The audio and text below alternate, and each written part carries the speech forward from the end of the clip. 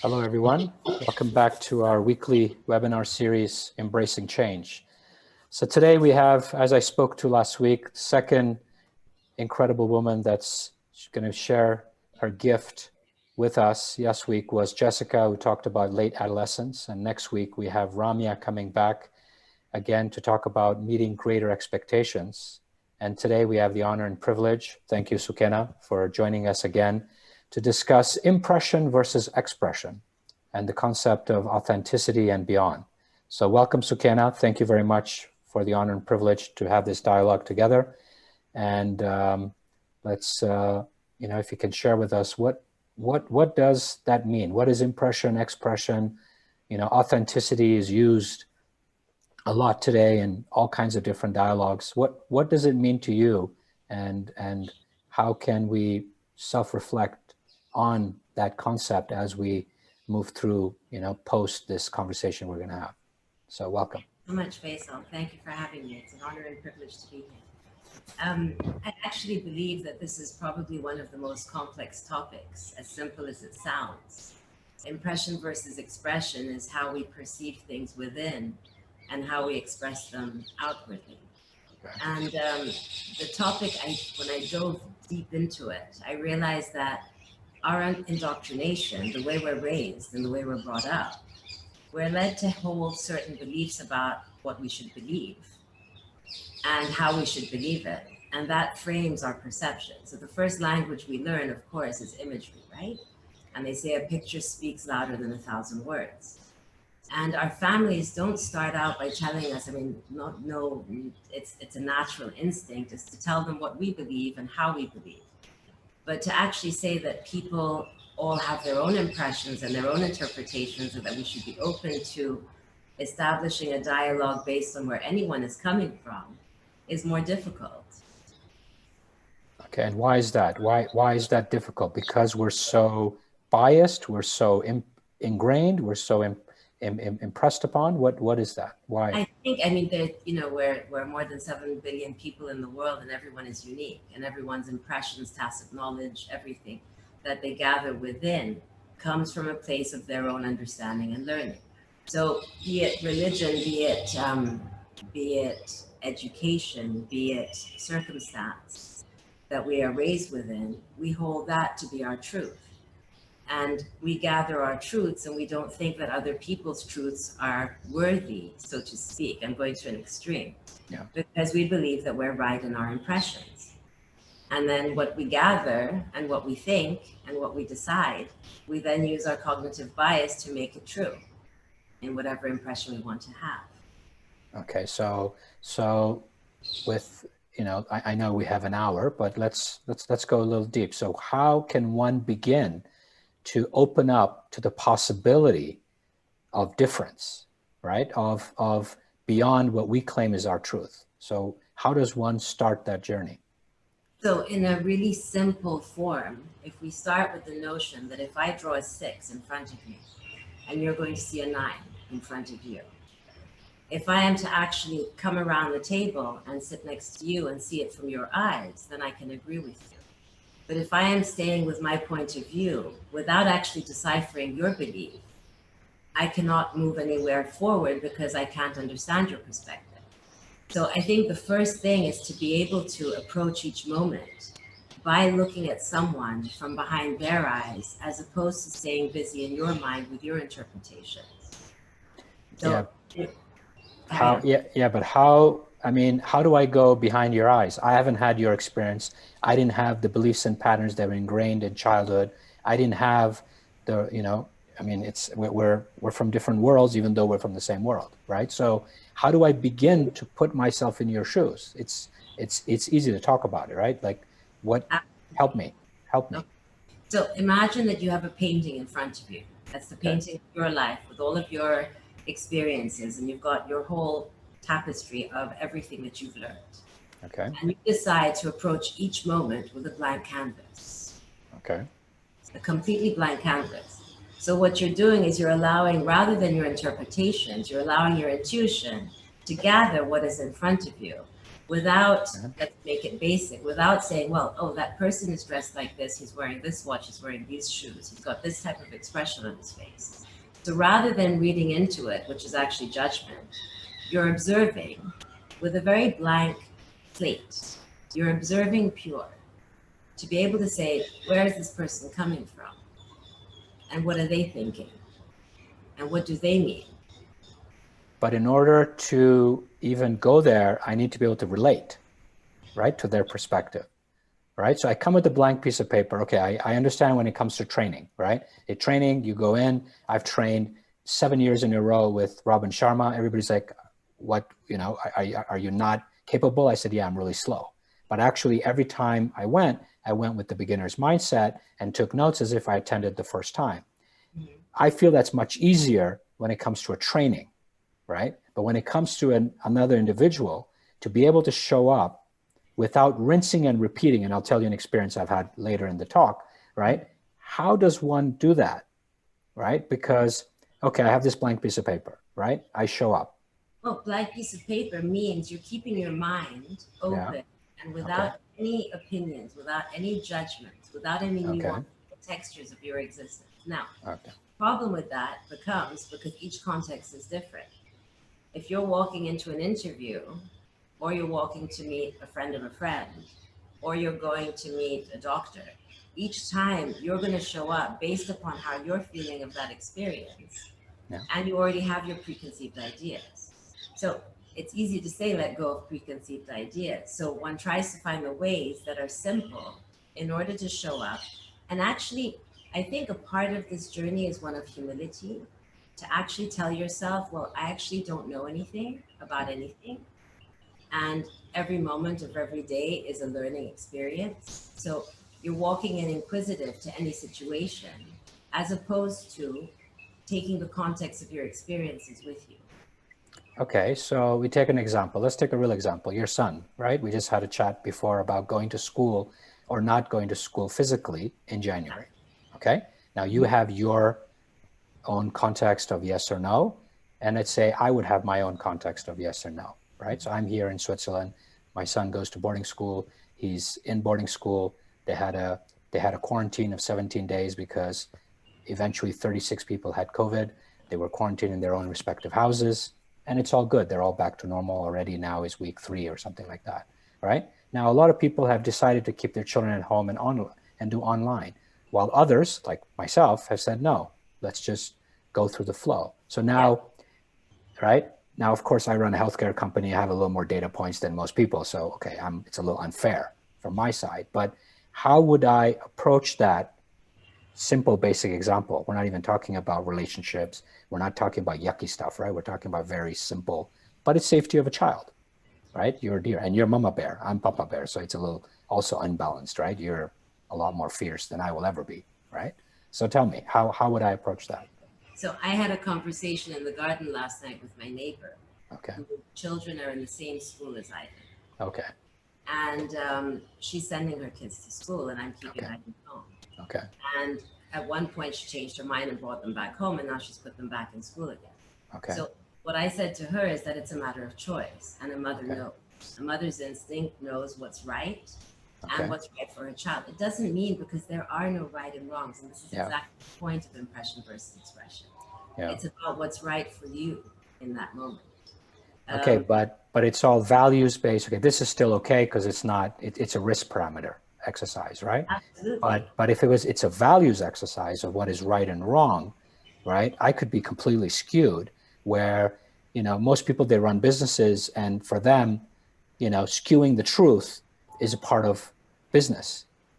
For me, it could be complete. For you, it could be completely unacceptable, and for me, it could be okay. Absolutely. Now that's a value-based conversation. Now is there right and wrong, or is that still no right and wrong where integrity is involved? It depends on whether it's affecting your life or not, right? If you decide you don't want to be in the business of cigarettes because it harms people's health, that is your choice. But if you decide to go into business with the people who are in cigarettes, but then you're still complaining about it, or you don't want to be there, then you should actually say what you mean what you say, or follow the principles of what you believe in. I think the impression expression discussion is also more about people's boundaries and respecting each other's boundaries. So if somebody decides that something is good for them, your judgment on it that it's bad is actually overstepping the boundaries, right? So each person having their own limitations, we wouldn't have wars in the world if we actually practice this behavior, because every single person is entitled to their opinion. And how much, unless it's impacting your world, then you create your boundaries, or you take distance, or you move away from it, or you agree to disagree. But if you want to have a compatible relationship with any human being, understanding each other becomes primordial. So, okay, so I mean, respecting each other's opinion is one thing, right? But to be able to relate is a different story, right? Absolutely. So you respected your neighbor's opinion, right? I would respect your opinion in whatever space. But now if we need to relate, now I need to take the next step. So how do I go to the next step? So first, okay, I've come in, I have my opinion or my whatever, right? My position, quote unquote. You have yours, right? Now we want to come to a common understanding, right? Or to be able to relate to each other. Now what's the next step? So let's make it more specific then, because generalizing on it, I mean, there's so many contexts, right? Okay. The context of friendship, the context of a relationship, the context of a parent with a child and a child growing up. I mean, each context is completely different. Even families who have different values and they're brought up the same way. So it's about. Okay, let's you want to make it really spicy? Okay, let's talk about things that are completely, like for me, right? I don't drink, I don't smoke up, okay? But the next generation, for them, smoking up casually, right? I'm not saying, addiction wise, but casually is less of an issue than drinking, right? And so for them, it's a way of life, right? And they think it's normal. And it's completely against, let's say, I mean, I know it's against my value system, but okay. Now, how do you handle it, right? You can have the conversation, right? And all of that. But at the end of the day, let's be clear, if they're doing it, there's a budget, right? So do you, and I spoke about this last week, right? So do you create a budget or not? Do you say it's against my thing and you have to compromise on your food or on your transport or whatever they're spending the rest of their money on? Okay, so how would let's have that conversation. Okay, so I actually believe that a child's formation is between the age of 0 to 7, first formation, which is just love, love, love, love, love. Yeah. And build their self-worth, build their integrity, build their validation of being seen. Yeah. 7 to 14 is when you're feeding the values and you're feeding them with the impressions. You're not putting it down their throats. You're actually practicing the behaviors you want them to see. Walk the talk. Yeah. Okay. Walk the talk. However, I say that, I mean, I'm a smoker, but my son doesn't want to smoke. He doesn't have to smoke. So that's a bad one for me to talk about. Okay. And I think the point is that usually what happens is parents at the age of 14, they want to start guiding their children when it's almost too late. Okay. The education and the grounding happens between 7 and 14, where you are the gatekeeper and you are a very strong gatekeeper and you're an influential gatekeeper. And at 14 is when you have to actually start opening the gates. And letting go, And letting go and allowing them to have their perspective. You can talk to them, you can validate them, but you don't impose anything on them. And it's a very delicate dance for sure. Okay. But education actually has to be between 7 and 14, because at 14, a child feels like the individuation process that she was talking about. Yeah. At 14, they feel that they should not be imposed upon anymore. Okay. If you haven't done the groundwork between 7 and 14, that's the difficult part. Yeah, but what does, I mean, so, today's world, right? You can do all the groundwork you want. You walk the talk, you don't smoke. Okay, in your case, you smoke cigarettes, but you don't smoke other stuff, you don't drink, whatever. That doesn't mean you meditate, you read books, you exercise every day, you have a balance, all the things you can do. That doesn't mean that they're going to choose the same. They're going to choose what they're going to choose based on their own, right? That's the whole, beauty of uniqueness, right? That they get to express the best version of themselves. And maybe the best version of themselves means that every Friday night or Saturday night, they decide to smoke up with their friends. So now what what is your... We have gone off topic, however. Why have we gone off topic? It's... A little bit, impression versus expression, right? Okay. But I think, fine, we can stay with this. I think that if they decide what they decide, you're saying create a budget, and that allows them to do what they do. Would you create a budget? Would I create a budget? So I think the first thing I would do is ensure that whatever my child is doing, that he feels comfortable to tell me. Okay, so communication. Communication, okay. And not the authoritarian approach, but a communicative behavior where you can actually tell him your faults too, and you apologize also to your child. And you create a relationship, a harmonious relationship. So in the conversation, I believe last week, it was about whether your child can be your friend or not, right? Yeah, and they said that's there's different ways to perceive that. So setting boundaries, but having a respectful dialogue is still possible in friendship with your child, so that they feel comfortable to come and tell you. There's a fantastic thing called Finetune, which I urge everyone to look up. I can send you the document after if you like, and you can post it and send it out. Yeah, sure. It's a beautiful page. It's 5,000 years old. It's an Indian old tradition of the way you behave with your child and how they respond accordingly.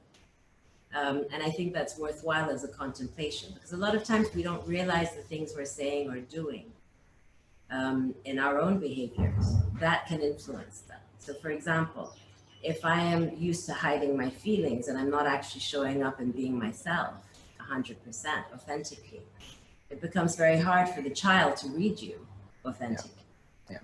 So one of the examples, one of the exercises I would do with parents in the parenting class is I would make them watch this Marina Abramovich.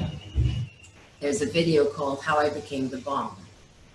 And what it is it's in New York, she had a sitting with the 1 minute silence sitting with each person that came into the room. And at a certain point, one of her ex-lovers showed up, who they had met many years before, and came and sat in front of her without her knowledge.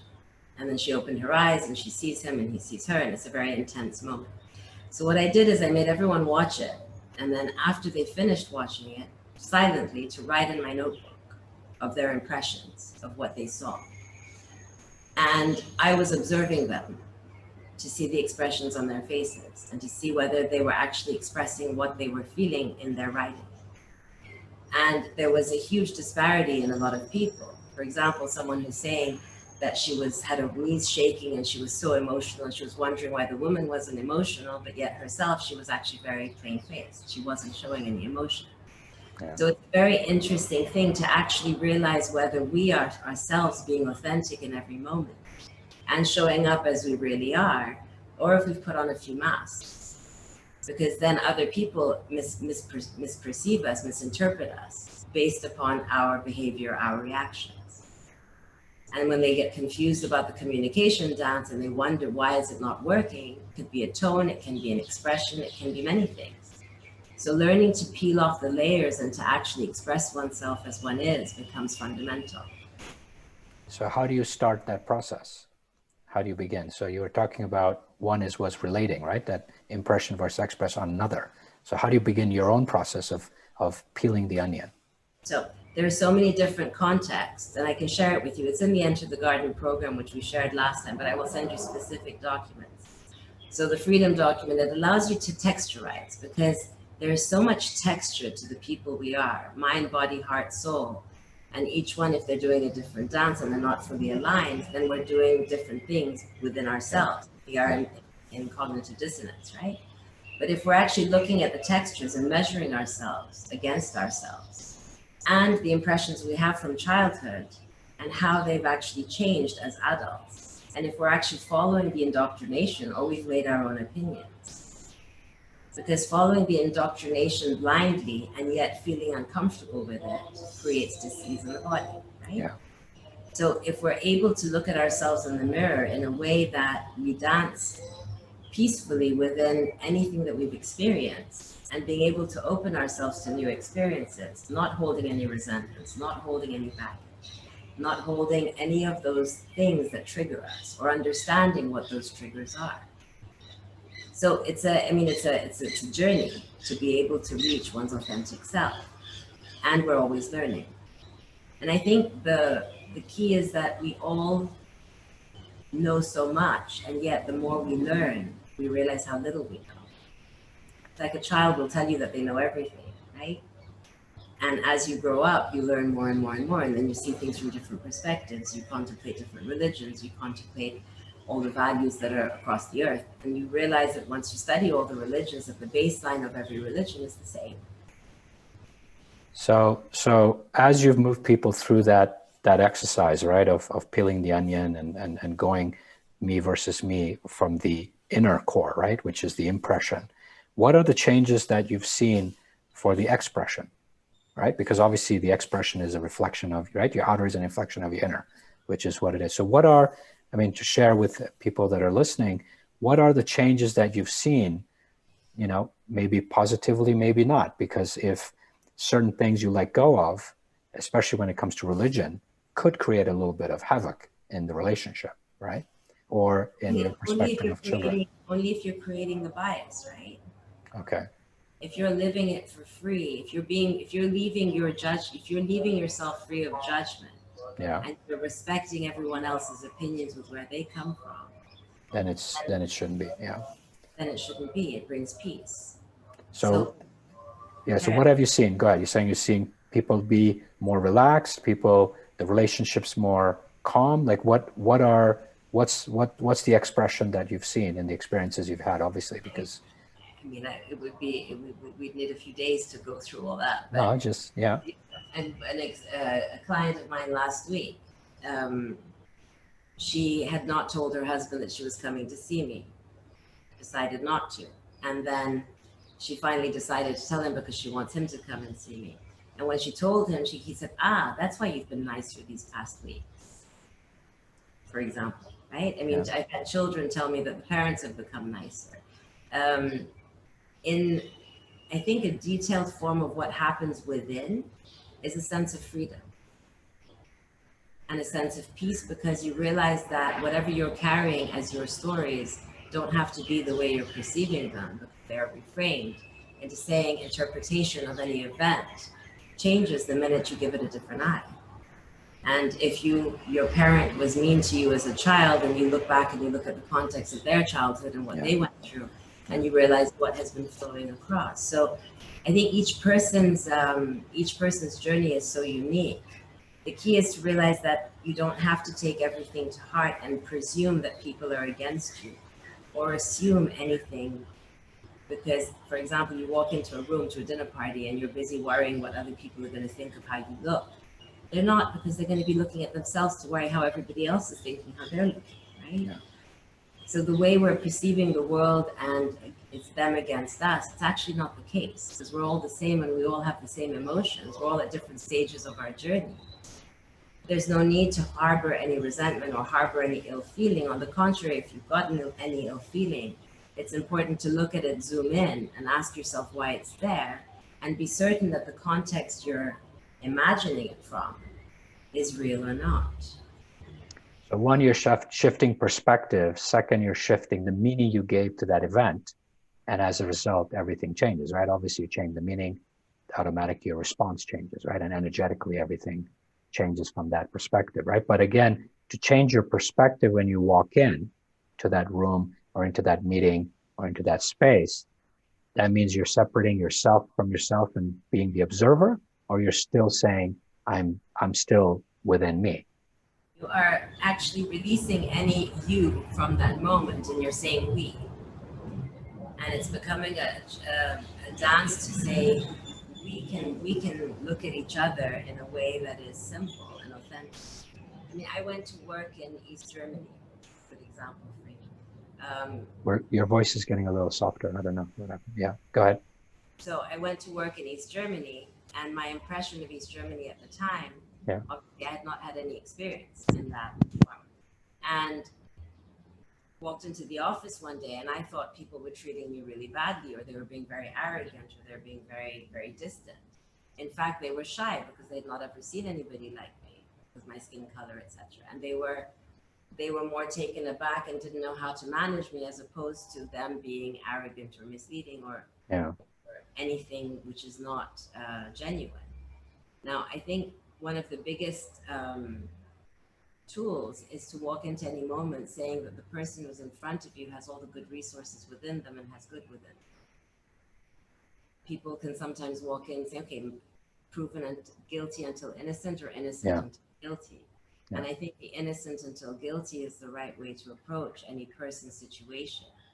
Even if you think someone has committed the gravest of crimes, they say that even people who were axe murderers, they were never cajoled as a child, or there's reasons why people become the way they do.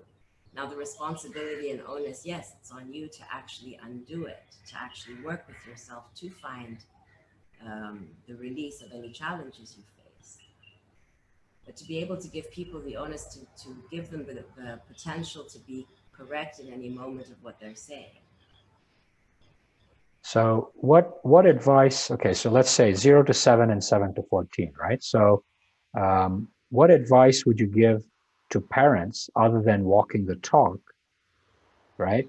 From that 0 to 7, 7 to 14. Okay, one is to do the work that you're explaining, to peel and to reframe so that we don't bring forward the beliefs and patterns that are not serving us, that are limiting our relationships, right? That's one part, which obviously is a process. It's not going to happen in one day, and it's going to be over that time period most of the time, right? But what else is there? Are there other things? Of course, it's walk the talk. So But I think what looking at life from behind your child's eyes at every given moment is fundamental. So you're not looking at them with their shirt untucked and worrying about what they're doing wrong. You're looking at how they're going to perceive you in that moment and your expression on your face and how you're looking at them. So if you're walking the talk with discipline a noun and not discipline a verb, you're setting up a structure which they can easily dance with because you've given them a base, a blueprint, which is solid. So they know the way you're behaving and your manners and all the way you're behaving is exactly what you want to see in them.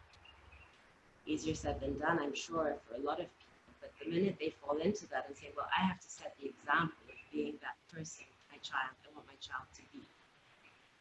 So I'm living the values, I'm showing you the values, I'm living the behaviors and the pleases and the thank yous and the tonalities and the structure of timing and the setting of boundaries and doing it from a young age. so if there are certain things that they may disagree with, right? The new generation, as you know, has their own value system on what is impact investing, what is sustainability, what is acceptable and unacceptable, whether it's business, whether it's anything, right? Food, things like that. So post 14, all those things will start to show up. Sometimes it's earlier, right? Now, that's when you need to obviously have that conversation. But there's times where many of us not necessarily have the best values or have the best behavior, right? Like you just yourself, you smoke, right? Now that's not something you want to walk the talk for your child, right? I mean, I eat chocolate, right? For example, right? So I'm not saying, we all have our vices or whatever it is. So there's going to be pushback, or there's certain things that we're not doing that they may think should be done, right? So what happens then?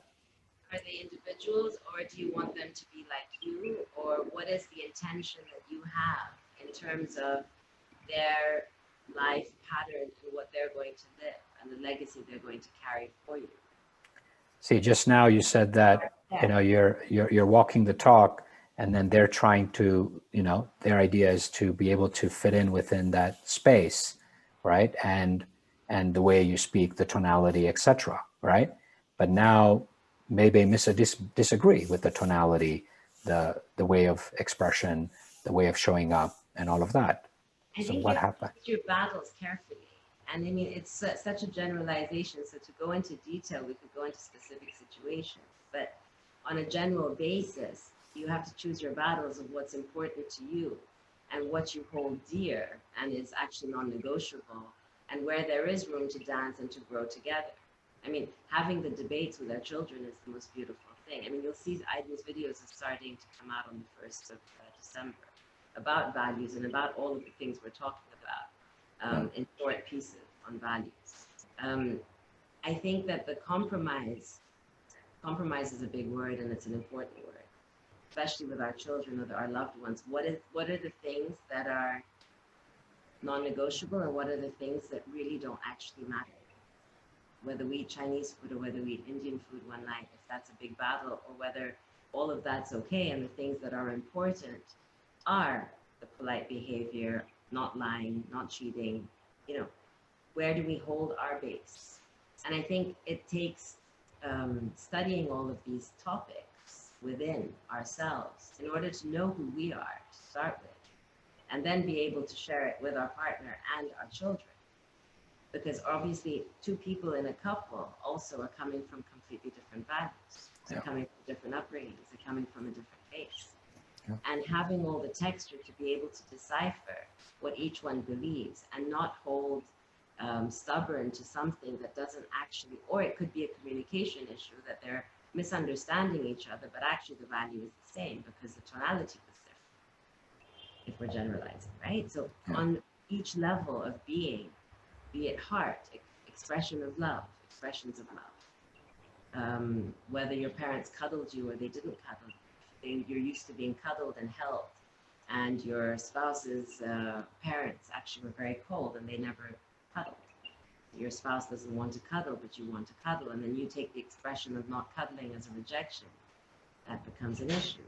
And the point is that there's no bad intention behind that. So being able to uncover and unlock all the pieces as to the why something is the way it is requires us getting to know ourselves well and being able to have those conversations assertively without any contradictions, without any nagging, without any confusion, but being able to actually sit on the table and talk about these things openly, not presuming that the person is coming from a bad place. So once, let's say you've helped somebody do that or they've done it themselves, I assume there's a lot of choices that they start to make differently when they realize that some of their behaviors were based on perceptions or beliefs that were, not contextualized in the manner that was real at the moment in time. So you're seeing a lot of that as well happening as you... Every day over the last 7-8 years, I've seen that. And I mean, the Enter the Garden program that we've now put up online is you sent it last time, I think, after the webinar. Yeah. I mean, it took years to put that together, and it's really an untangling process. So I urge anyone who hasn't done it to go through that process. It's really an untangling of what you believe, how you believe it. It's got the documents even to do. And I mean, I've had people who did the freedom document, for example, week 1, and then they did it again week 8, and they see you can actually texturize all the changes that happen. Because there's so much texture to the detail of what we think about and how we feel that we need to be able to outline all the textures, or else we can't untangle it. There's so much. And it's all nonverbal, right? It's all everything that we don't touch or see, which are the most important parts. So what are this? Okay, so they do this, they go online to do this program that you're referring to, which we shared last time, right? Now, we actually shared another one this week. Yeah, so is it a DIY experience, or is it we need to have some kind of support as we go through that process? The most important part was wanting to create a DIY process, and that's why it took so long. It is a class that I've actually done in person with many people over the years, I think 800 people plus. And that's why now we feel confident with the DIY program. And now the second one is coming out this week, which you will share, I think, with your community. Yes. Looking at the eye with a deeper eye. And it's more about, then it comes into the relationship and different relationships. For example, I mean, one of the big topics is parent alienation syndrome. Parent alienation syndrome is something that even the courts have not been able to decipher. It's a parent being dishonest with the other parent by turning the children against the other parent. Yeah. And to be able to decipher that, it's more about letting the person look in the mirror to see the harm that was done or they think was done to them, and the fairness of actually involving a child with it. So the looking at the eye with a deeper eye, it started off as being a parent alienation, and then I realized that even ugly divorces or any type of misunderstanding or miscommunication in families or friends or business, it works for everything. Yeah, because it's leveraging, right? People are leveraging the weakness or the, to their advantage when they're in so much pain or fear, right? It's the pain body that's clinging on to whatever they can to. So we go back to, okay, so authenticity, you're peeling the onion, you're moving to that space. That's the impression. The expression from that is, how you show up as a reflection of that, right? Now, that's obviously a continuous process, right? What next, right? I mean, this is never going to end. It's we can keep digging and digging and digging and become an archaeologist, right? And eventually, anthropologist. So what happens? I don't think it's actually a lot easier than I'm saying, and it's a lot more complex than I'm saying. It's how do you sit with yourself to start? And what are the things that you're saying to yourself? We had that conversation last time. It's about the inner voice and how we speak to ourselves. Yeah. Right? So if you want something from someone or you don't want something from someone, it's going to change the way you handle that moment. If you sit peaceful and comfortable within yourself and you're in harmony with your own being and you've forgiven anything you needed to forgive and you've forgotten anything you needed to forget, and that you're living in every moment in the moment. Because a lot of time what we perceive, and especially now, you have a lot of people who have such high fear factors because of what's going on in the world and the lack of surety. Yeah. The lack of surety was always there. It's just a little more obvious today than it ever was. Yeah. So in that fear of the unknown, how we're reacting, in actual fact, we were never controlling anything to start with anyway. Yes. So I think people are becoming more aware that they're not in control of anything, whereas before they thought they may have been aware and in control. So I think that's the first starting point, is you with you. And what are you thinking about, and is it useful for you? And are you actually taking the steps to breed comfort for you and your loved ones in a way that is a little more philosophical and in faith and in universe, as opposed to day-to-day tangibility? Because we can make plans, man proposes, God disposes. We can make all the plans in the world. Yes, we can be smart and out of the box thinking. But in every given moment, there are things that we don't know. And there will always be things that we don't know. So getting comfortable in the discomfort of the gray space becomes fundamental. And that becomes you knowing yourself, knowing what is okay for you and what's not okay for you. And if there are things that are not, why are they not? And for our children, giving them the energy of security and comfort. We're not teaching our children what to think. We're actually teaching our children how to think. Because we don't know the world that they're going to be in within 20, 30 years. We have no idea. So teaching them what to think becomes futile because we have no idea what the world's going to look like. Our world looks different today than it was when we were in school. So let's say we've done that exercise, or that slowly the uncoupling and the untangling and all of that. And then now, obviously, your spouse or your partner may or may not be in that space or want to do that, right?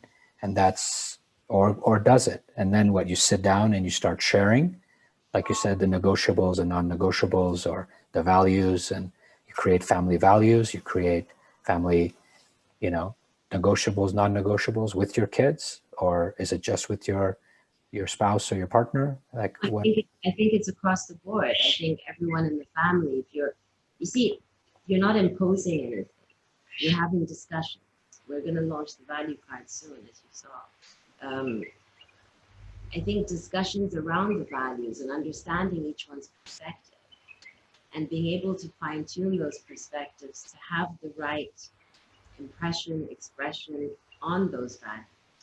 To be able to know that, you see some religions preach that you're going to go to hell if you do bad, and some religions preach that there is no hell and there is no right. So depending on what your school of thought is, but if you don't know what yours is because you're still busy with your indoctrination and you don't know what you're passing on to your children, and they're growing up in a completely different world than we grew up in. So I think understanding what you believe to be fundamentally your truth To you, yeah. become the beginning of that journey. Now, you say once we've gone through that journey, if we're Yeah. walking compatibly by our side, there's no issue with what those topics are because it can be an easy discussion. Now, if your partner is coming from a completely different place, being sympathetic and empathetic to their journey, where you're not deciphering something they're saying is wrong, you're allowing them to sit in their space and say, well, they're in a different place in their journey, and I can understand that, and I can help them walk to it. Or maybe the other way around. It could be that my partner is in a different space than I am, and I need to search to be able to find that space. Yeah. I think the how we do it is really important. If you're doing it aggressively because you feel that the person's intentions were bad in the way they treated you, and that's everything boils down to intention. And we cannot see someone's intent. Yeah. We can never see someone's intent. And we always presume for some reason, if we feel that we're on the attack or someone's attacking us, that the person's intention is bad. Yeah. But not looking at it from their perspective, what's actually going on in their life in this moment in time, right? And trying to look at it from there that, wow, something must be going on. Somebody might be sick. Something must have happened, for them to be able to do whatever they did, right? And giving them that, like we always say, right? Everybody's a good human being. Give them the opportunity to be one. But it starts first with your own perception. Forget giving the opportunity that in your own head first beginning with, right? Is what you're referring to, right? Now, it may be easier or more challenging to do this with your own loved ones and, within the household. But now when you move forward from that, like you said, when you're meeting people and you're, whether you're running a business, whether you're meeting people socially, now does that become much easier because you've done that exercise? Or is that a little more challenging because they're maybe from completely different worlds, right? And you don't have that intimate relationship, right? So the minute you've done that exercise, it's almost like you're wearing the shattered glasses, and you take them off and you put on pink glasses because your impressions have changed. The world around you changes too. Now, culturally speaking, all the different cultures, we're talking even from one family, forget the family, then you go into the school world or the siblings, or then you go into different nationalities, different cultures, different languages. There's so many layers to all this. It actually becomes very simple the minute you solve you. The minute you solve you, then you're open. You're not closed to receive any type of behavior. Yeah. You can have the impression that someone is being difficult with you, and the way you'll perceive it is saying, gosh, I wonder what happened in their world to make them feel like that. You won't take it personally and react. Yeah. You'll have empathy and say, I wonder why that happened. So basically you change, everything changes, right? That's a reality. And I mean, I had that, my own experience, I think it was 3 weeks ago, right? Where, I've been in Dubai for 15 weeks and it's been a challenging experience, to put it lightly. And in the last 3 weeks, I went away for a weekend and came back and everything changed because the penny dropped, right? And it was incredible that it changed instantly and no more friction. But it wasn't that I went away and everybody else changed, right? It's just that how I showed up changed. So now, but that's in a familiar context, but you're saying that that possibility is in way beyond that, right? It doesn't have to be in an intimate setting. It can be in a business setting. It can be in any other relationship, right? Or I actually think this is the universal recipe for peace. Okay. And our Enter the Garden program, we're going forward. It's already started to be translated into German, and we want ambassadors across the world. And it's all out there for free. Anyone can take it and use it. A client of mine in the States is using it with his employees now. Because the key is that the minute we all change our perceptions, the world changes. And if everyone does it and does the same journey, how powerful. So you're moving towards oneness. So you're moving towards oneness without, right? So from the me to the we, and we as in the collective, but global collective, not just. Why do we need to be right? Yeah. In any of our opinions, why do we have to be right? So what play does the ego have versus being soulful, right? Your deeper essential self versus your frontal ego self. What need is there for you to be? Are we allowed to just be because we can be? See, if one is looking constantly for instant gratification, if you're an extrovert and you're looking for other people's approval in order to exist, Or if you're an introvert and you're inward facing and you're actually not worried about what other people think, you really want to just be in your space. Each person's reaction to any given situation will be completely different. So finding that balance to be able to first ascertain what it is that drives you and why it's driving you, and finding a sense of balance and peace to be able to then turn it into purpose and give to others and help other people. So empathy, like intention, for example, intention, we can never see someone's intention. You cannot measure anyone's level of empathy. It's not something either that is measurable. So to understand how a person is perceiving a situation and whether they're giving to a situation or they're not, and how you're going to interpret it depends on who you are and who they are. But then each situation of two people or magnets of people, a group of people, becomes a chemical reaction. And the way to be able to equalize that reaction is if everyone's starting from the same base point of the same values. Now, when you have so many different religions in the world and everyone thinks that they're right in what they're thinking, you're already starting from the wrong place. So that's why Garden of Ayden, Garden of Eden, the twist on that is to say, you know, let's just come back to a place of equal values, of just simple things that everyone can agree upon. And there's nothing there that no one will not agree upon. And if we can agree on that baseline, then rock and roll. So you truly believe that every human being within them has that capacity to be able to show up neutral, quote unquote, right? Which means you're referring to the state of being to show up without imposition, without expectation, without judgment, right?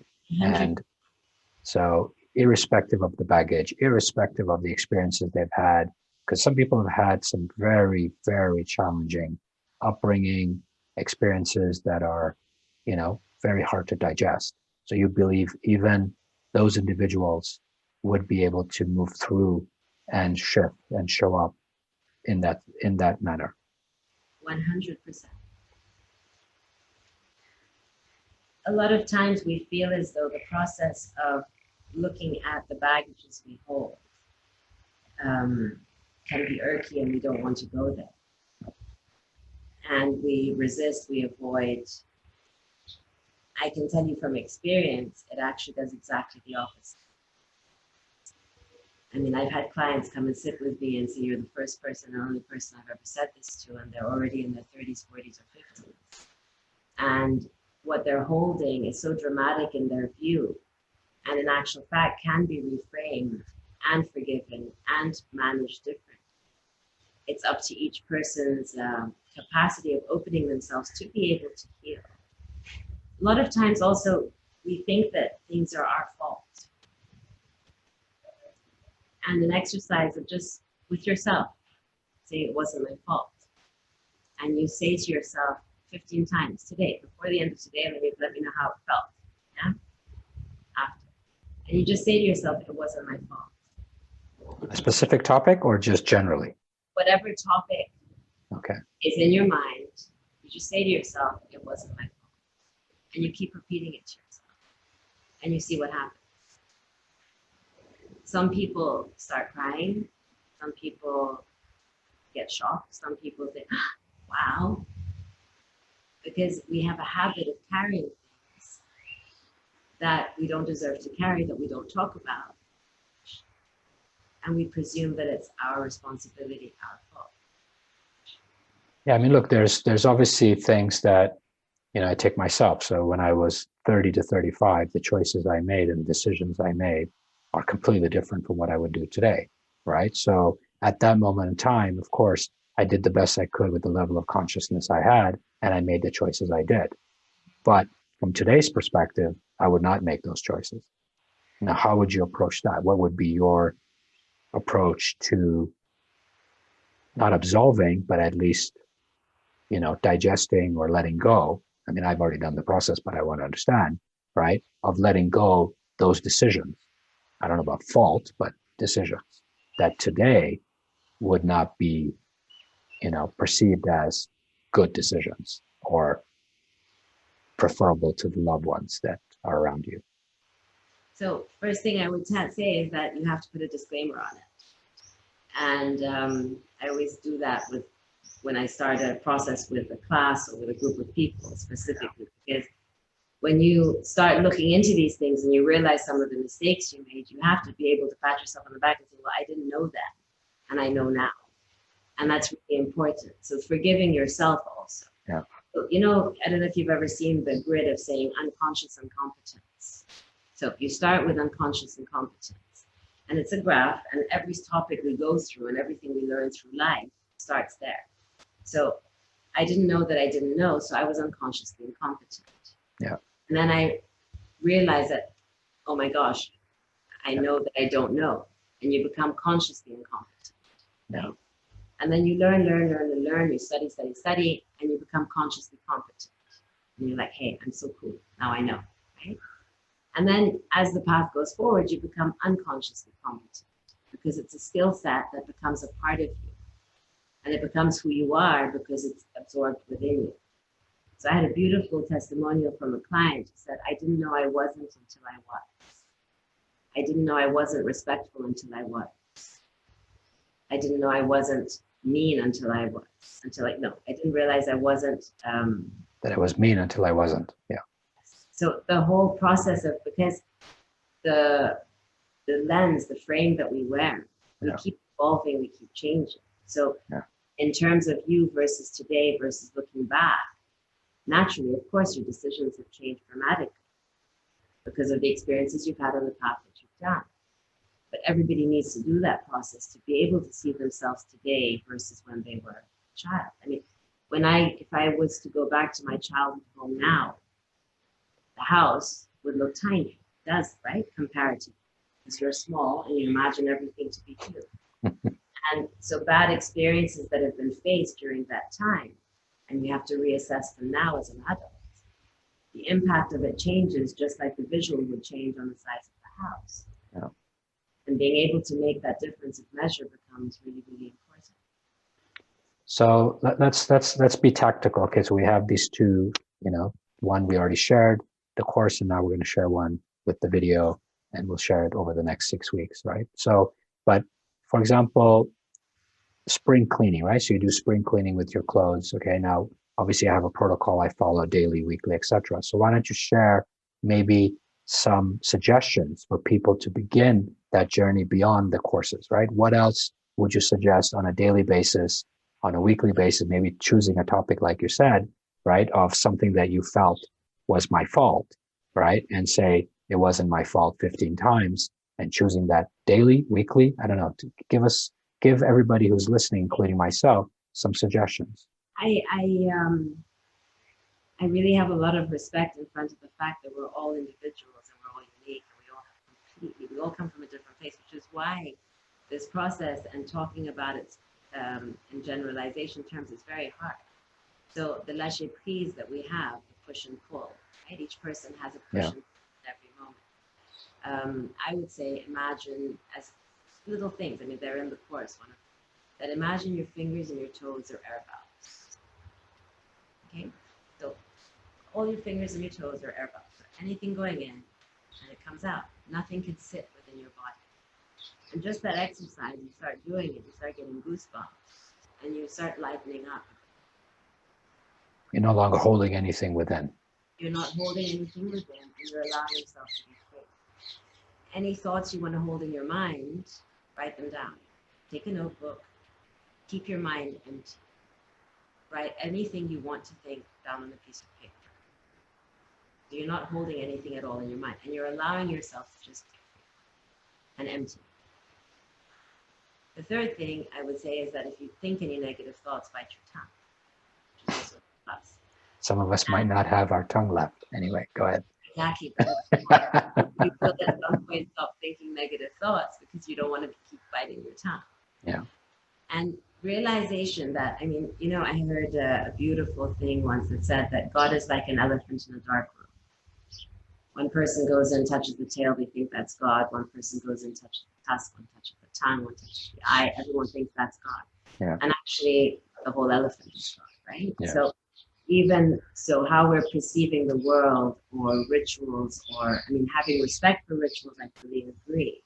But being able to respect each individual for their own rituals and their own sense of well-being and what they believe is good for them, and allowing them to just be, rather than feeling the need to impose your ideas upon them. Yeah. I don't know if that. Yeah, no, that makes sense. We've got 5 more minutes. We'd love to have some more questions while we start to continue this conversation. Questions, comments, would be really beautiful to be able to, make this a little more relatable, even though it is relatable. Okay, so you gave 3. Any more suggestion? Generous in our assumptions. Generous in our assumptions. Okay. So any assumption, actually, it's a good one for you too, Faisal. Yeah, go ahead. Being generous in our assumptions, where we are not critical of anything or anyone, or even a light not turning on, or a light not working, or why did they do it like this, or why did they do it like that. So it's a need to know basis for your own mind. Do you really need to be focusing on this specific point at this time, and will it change anything if you think about it or not? So throwing out whatever is useless and only focusing on what's important. So I know the way that I did that process is say, okay, it's very simple for me. If something relates to my work, if something relates to my parents, if something relates to my partner, if something relates to my son. Other than that, everything else is secondary, right? So those are my mainstays of things, my responsibilities that I have to nurture. On the other hand, heart, mind, body, soul. Do something every day for my body, so I have to exercise a little bit. Do something for my mind, which is reading, intellectual work, something, whatever that may be. Spiritual, prayer, meditation, things. Heart, emotion, giving love, receiving love. So if you can check off and make it very simple, so that you simplify life, and bring it down to 1, what are the most important factors that every day have to be nurtured? And 2, am I doing something, check the check boxes of my heart, mind, body, and soul.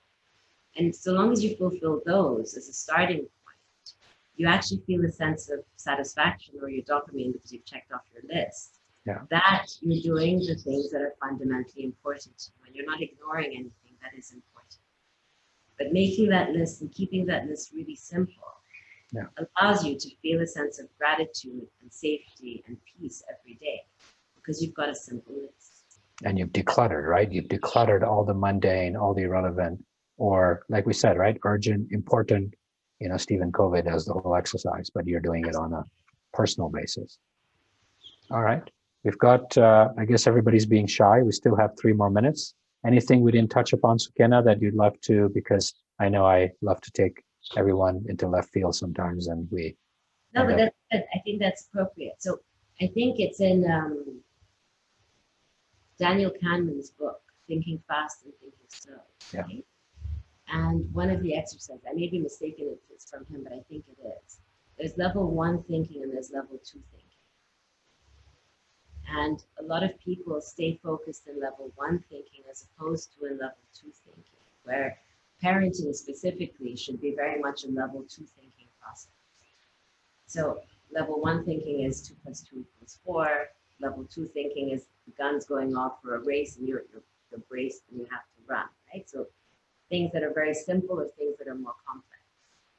And where the dysfunctions set in is, for example, if we're not expressing ourselves, if you're watching an emotional movie and you feel like crying, but you hold back your tears. Okay. That's creating a lack of congruence within you. Yeah, of course. And those types of experience magnify it by 1,000 of things that we respond to in every given day. And if we're responding 1,000 times in the wrong way to that, wrong meaning we're not being truthful to congruent, ourselves. Congruent, yeah. That's where all the dysfunctionalities can kick in. So the importance of being congruent with oneself, which then allows us to be congruent with our children, congruent with our spouses, congruent with our parents. The minute we change, we mustn't forget that we actually change the whole world around us and all the people around us too. It's not very individualistic. So even if you say, well, I don't care about me, I care about everyone else. The importance of you is that you will impact everybody else around you. Yeah. Whatever that motivation needs to be is important to have it. So to be able to desire to go into the space of looking in the mirror, whatever motivation is required, find what it is. Find your why and do whatever. Yeah, I mean, not push, but hope that it will drive you to go into that space. All right, we're on the hour. There's a question. I don't 110% understand it, but I'll ask you anyway. Do you place the same weights in your list of factors you just pointed? Okay, I think yes, the 4 elements that you spoke to. The heart, mind, body, soul, or Yes. the people of priority. I guess, do I put all? Yes, because balance has to be balanced, and balance is those 4 factors together. Because we do live the outer and we live the inner. So Yeah. if you say that heart and spirit are the inner, and body and mind are the outer, there has to be a balance. And I think we cannot neglect, even if, I mean, I've said it before, I think even if exercise means taking one lap around the house or walking or just breathing consciously, it doesn't have to be anything tedious. It's what suits you at the time. Yeah. Okay. All right. We've hit the hour. Any last? I know you just gave a last comment. Anything you want to add? Closing remark for us to nudge each one of us to maybe choose differently or move in the space of impression versus expression, so that we can all move towards the oneness that you see the world moving towards, and the universe becoming a peaceful, quote unquote, environment. I think place. getting comfortable with the discomfort is the most important part. Not wanting to see everything in black and white and allowing the gray to be, because we have a habit of wanting to put things into a box, ribbon it, and put it on the shelf and define it. And by doing that, we make a lot of mistakes. Being able to look at any moment and not defining it and leaving it to be what it is gives you a lot more room for a lot more color, a lot more texture, a lot more sparkle. All right, beautiful. Thank you very much, Sukaiyna. Thank you for the honor and privilege of this conversation for an hour.